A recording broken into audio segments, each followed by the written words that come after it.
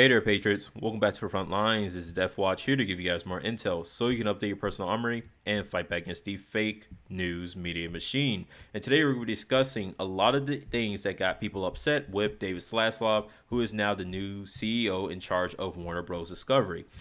One of the things that a lot of people are upset with is the fact that David Zaslav has been taking an axe to a lot of different studios and canceling flat out a lot of movies, a lot of TV shows, a lot of new cartoon shows that were supposed to be coming out on HBO Max, right?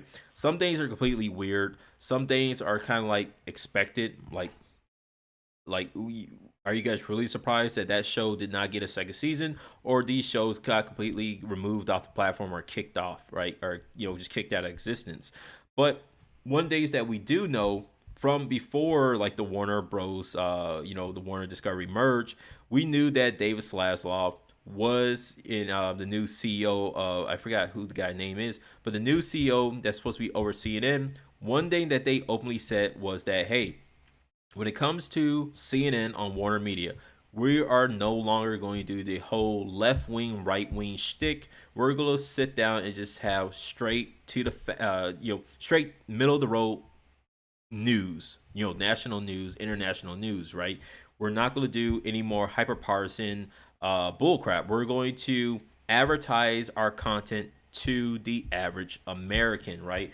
And when it comes to people like the Daily Beast, which is a far left progressive hyper partisan news outlet, they hate this. They hate this idea because, hey, how dare David Zaslav, a white male, right? Pretty much what they write here in what a lot of these executives that they interview with. This is a evil white man who is essentially trying to kill off any type of diversity in order to advertise, make content for the average white American. Essentially, the gist of this piece right here. So let's just hop into it. Laid off HBO Max execs reveal Warner Bros. Discovery is killing off diversity and courting middle America. They just don't care, right? No, what they do care about is making money. It is a business, right? When you run a business, and you got to look at Discovery. Discovery already has a bunch of film studios, a lot of production sites, a lot of TV shows, right? One thing that they argue here in this article is that HBO was in the works for making a bunch of international like docu-series, right? And then when Discovery comes in, they axe a bunch of that. It's like, yeah, think about it. Discovery already does a bunch of international docu-series, movies, and all this other crap, right? At some point they're gonna come in, they're gonna look at all their production studios that's already doing a bunch of international stuff, and they're gonna come into HBO Max and say, hey, we got all these studios. Warner Media already has all these studios who's also trying to, who's kind of like in post production, right? They're still in post production. They don't have really all the money laid out to fund all these other different projects they're doing. They're still kind of like in the writing phase, right? The post production writing phase before they actually get the funding to actually start a lot of these projects, right? Of course, they're going to start taking an axe to a lot of those shows because they're like, hey, we already have that in our studio right now. This is now redundant. We are just kind of working against ourselves. We're just bleeding money. It's a business. You got to think about it in terms of a business, right? A lot of people, especially when we get to kind of like the animation side, a lot of people who are fans of animation and cartoon shows are upset. But when it comes to, if you're a person who, like myself, who actually works behind the scenes when it comes to how TV shows and a lot of these other studios actually fund and actually get this content out to the general public, you gotta sit down and look at how the hell do all these things actually get funded. Okay, how do they get funded, and how do things actually work behind the scenes from a local TV station kind of stance into how bigger studios actually go about funding all these different projects, right? And so with Discovery already having a whole league of film production, studios ready to go, already their own high profiting productions already made, already ready to go, and then they acquire Warner Media, who's kind of still in kind of like a lot of these are still in the post production period or in the writing phase or whatever, they're gonna sit down and look and say, hey, let's take all these eggs, right? Put them in a basket. Let's look at what eggs are fertilized that's ready to make another chicken to produce. Once this chicken hatches, this chicken can live on to make more eggs for us. Which eggs are already cracked, right? They're not good anymore. And what eggs are just completely rotten that just needs to be go on ahead and thrown out, okay? It's a business. They have all these different new studios under their wing. They're going to sit down and look at everything and say, okay, what is redundant? What is actually producing? What's actually making Warner Media money, and what is actually making us money? And they're going to sit down and they're going to exit all this crap out, right? You gotta it's not that hard to think about it, okay? But to people who kind of just see the content, right? That's why I had to redo this video, because when I'm explaining stuff, I'm like, oh yeah, let me kind of bring it down to the people who kind of only see it from oh, I want to get into this industry because of the animation, or I want to go work at Cartoon Network because of animation and all this other crap. And these people, I'm not trying to rag on people. A lot of these people are your liberal arts degrees, went to art colleges and all this other crap, right? They don't understand the business side of all this crap, right? As a person who wants to become a producer, when it comes to when you step outside of the actual animator, director seat of it, when you look at the more corporate side, the producer, the executive producer side, these are the people who are actually sitting down and saying, okay, what is in our budget to actually produce these shows? And if these shows aren't returning, if we don't get a return in our investment for these shows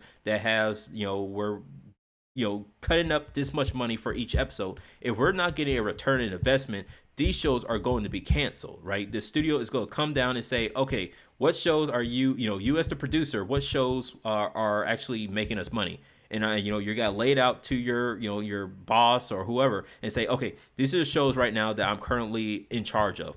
These are the shows that's actually making us money. This is how many, all this other crap, right? They're going to start saying, okay, the shows that aren't making the cut them, axe them out. These shows get disappeared. These shows stay here.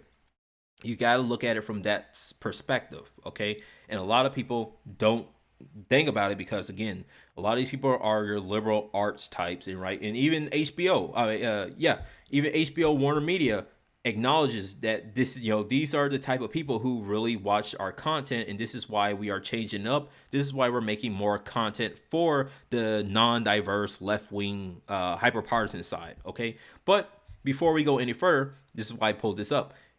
Definitely support Eric July, because just in case anybody new comes and watches this and says, oh, you're just a person who hates diversity and all this other crap. No, I don't. I actually like diversity, because one of the main topics that I talk about when it comes to a lot of the newer content that you see out, and why it constantly fails, is because that's all the shows advertise is, hey, we have a black person on TV screen. Don't you want to watch it? And it's like, no, I don't want to watch it because it's trash.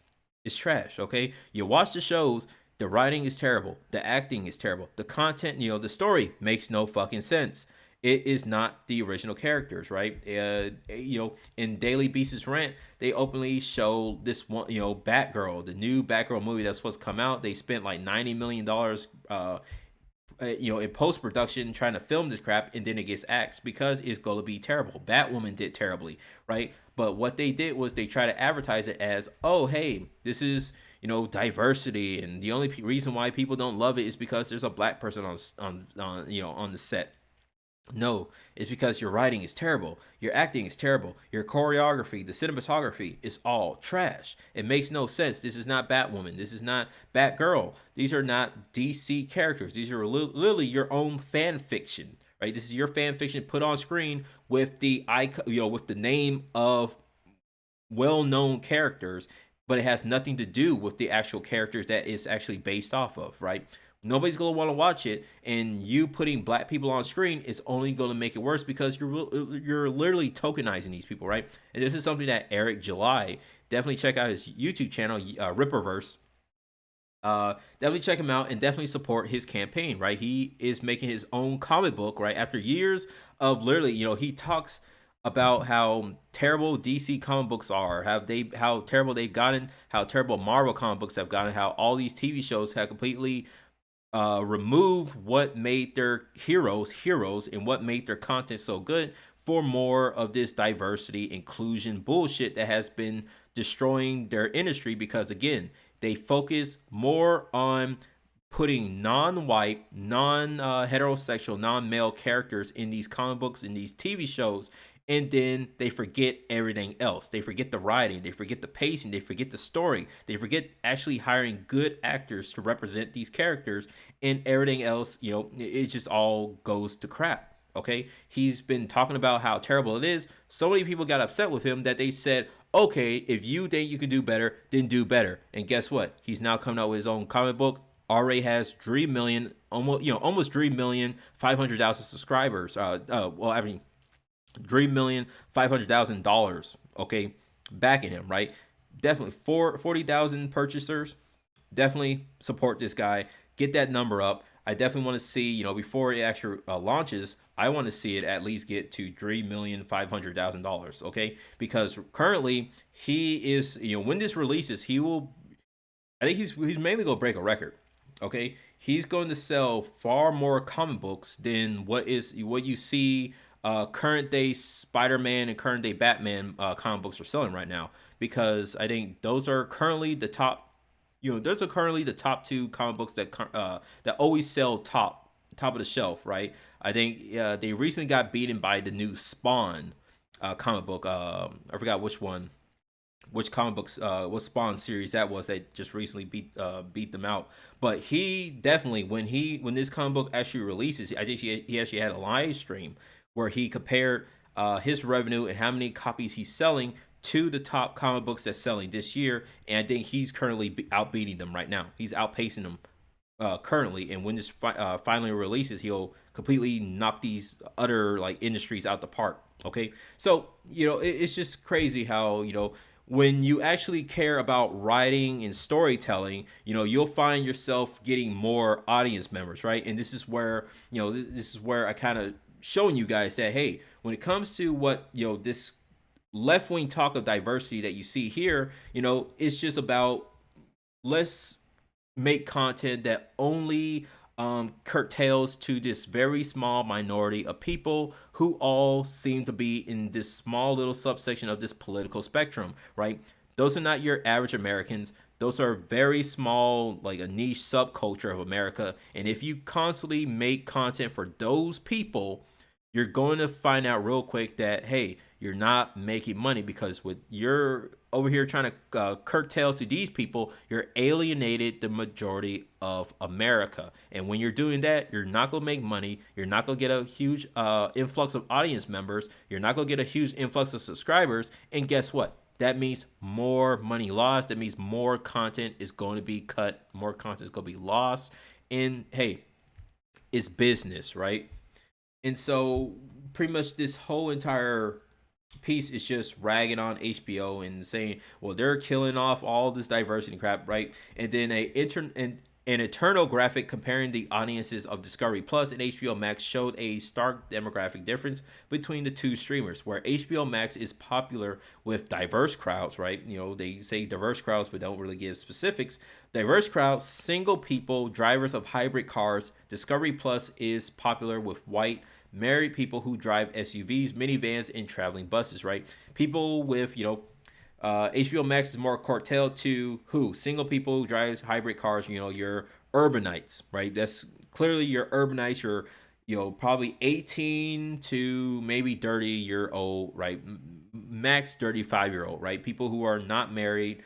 That's mainly your college students, people who are clearly just getting a job, right? They don't have a real career. They don't have a real family, right? They have real no investments in anything, right? Whereas Discovery Plus, hey, you got people who are married, people who have children, people who have actual money, assets, and things that, of course, you're going to advertise to those people because they have money. You're a business. You want money. You want to keep yourself running. So you're going to advertise to the people, make content exclusively, people who are, make content curtailed to people with the actual money to back you keep your company up and running. Is that really so hard to digest? It's just crazy to me how these people think that this is crazy. But when it comes to the animation department, right, I can kind of sympathize with some people because some people were upset because the new J.J. Abrams Batman series was canceled. I'm like, bro, J.J. Abrams ruined Star Wars, so I really don't care. I don't want him. I don't want to see him ruin Batman. Okay. Um, I think Infinity Train just got completely removed from HBO. I'm like, that's kind of weird because Infinity Train was pretty good. Infinity Train was pretty good. Um, Not so much the last season. I don't think I liked the last season as much. Um, I gotta go back and watch. Well, I probably can't watch it now. Well, I can find it, but not so much the last season. Let's see what else. Yeah, I think it was a lot of different things that was yeah, here we go. Warner Bros. Discovery has canceled Driftwood, which was set to be the first original film produced by Cartoon Network Studios for HBO Max. But really, let's be honest. What was the last time Cartoon Network actually created a really good a really good TV series, right? I think the last thing I watched on Cartoon Network was probably Craig the Creek, and I only watch it on HBO because I don't most people don't even watch cable TV anymore, right? And I think a lot of people also don't know is that when me kind of be more in the working behind the scenes in the actual departments where you get to see what actually gets put on air.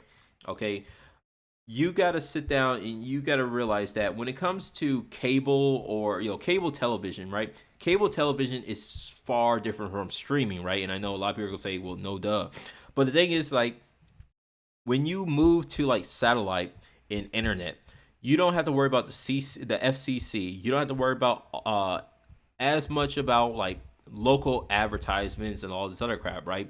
A lot of restrictions are gone once you move your productions to studio, right? When you look at like older shows like The Sopranos on HBO Max currently, right? You will have that was a TV series. It was a TV series that was constantly airing, every week or whatever, right? You no longer need to have like your production studios, right? You got to have, like, when you air your series on television, right? You got to make some breaks for commercials because that's your ad revenue, and that's how you're gonna keep your business. You're just go how you go get your TV series constantly renewed for different more seasons because hey, so many people are tuning in at this hour to watch watch The Sopranos. Other advertisers are gonna say, "Hey, well, if 3 million people are turning in every Friday or so, I don't know when it actually air, but if you have a series and it's The Sopranos, you're airing it new episodes every Friday night. 3 million people are tuning in every Friday night to watch your show. Well, then advertisements are gonna come to you and say, "Hey, we want to book our ad for brooms or whatever to be aired."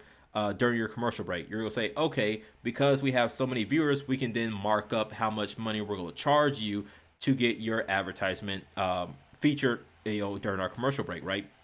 That's how you make money. When it comes to streaming service, you don't have to worry about having these. First, you're not having to worry about the restrictions, the time restrictions on how long your series can run, right? You can literally, that's why HBO has now, with the Game of Thrones, literally 48-minute fucking episodes, right? Literally a whole ass hour, basically watching mini movies. Okay, you no longer have that limited time slots that you have to fill. You can now have more freedom to make longer content.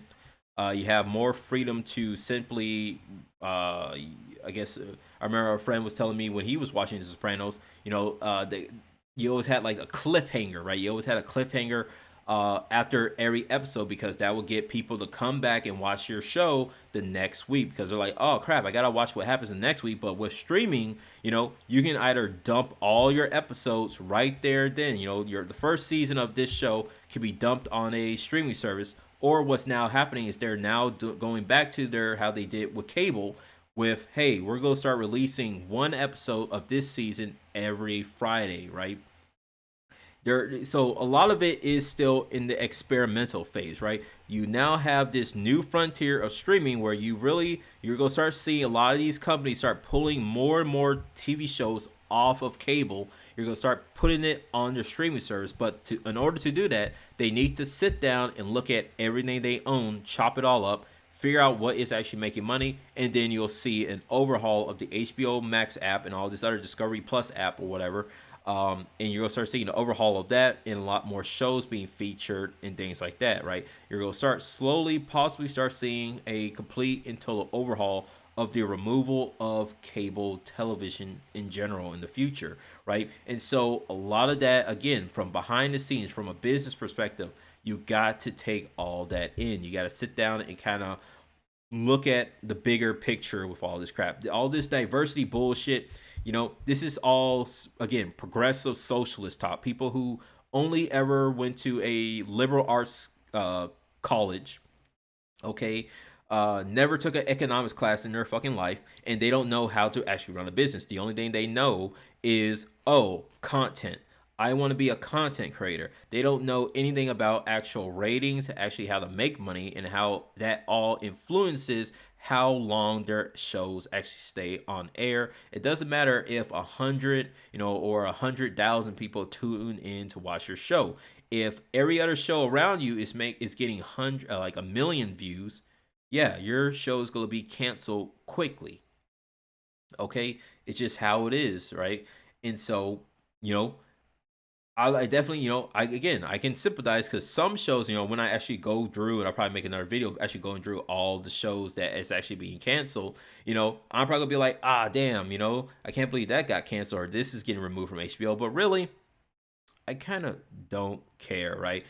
I'm just high off of CNN getting what they deserve, right? That's pretty much where I'm at. But yeah, a lot of these shows, for a content creator, right? I definitely sympathize for the actual, creators of these shows because nobody wants to see their actual projects getting just removed flat out. Like that's terrible, right? If you're a person who's actually, who wants to make films and things like that, and you're getting your films featured on these different studios, and then next thing you know they're axing it and then putting it as a tax write-off, right? And you have no control over it, right? That's terrible, definitely. But at the same time, it's a business, and your project, regardless of whether you're that project of yours on these platforms or your life project, if it's not making a lot of money, then what do you expect is going to happen, right? Really, again, it's a business.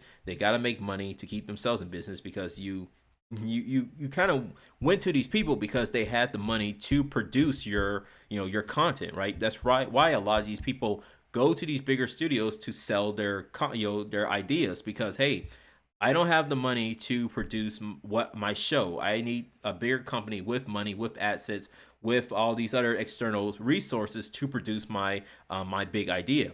Okay, so once you hand that over to them, you got to know that, hey, your show better be good, or you better be making something that the general public will be interested in order to keep you in keep you having a job, right?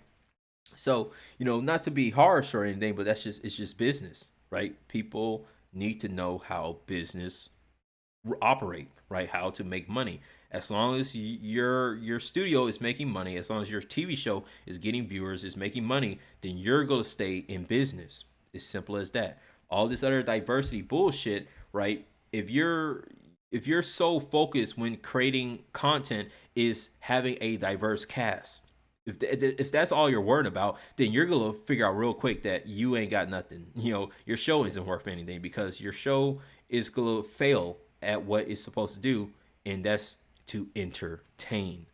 That's the whole point. You're supposed to create content to entertain. If you want to entertain people, you better make something that will entertain the majority of Americans.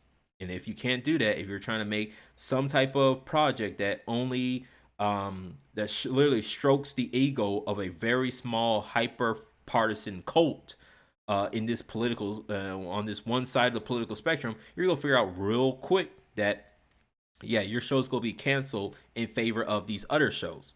It's just business, okay?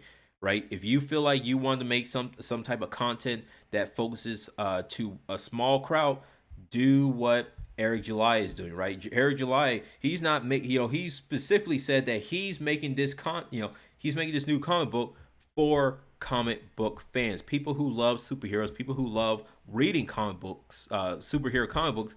That's who he's creating this for, right? He knows full and well that's a very small subsection of Americans, right? Only 40,000 people are actually interested in this. More people are probably gonna be interested in, right?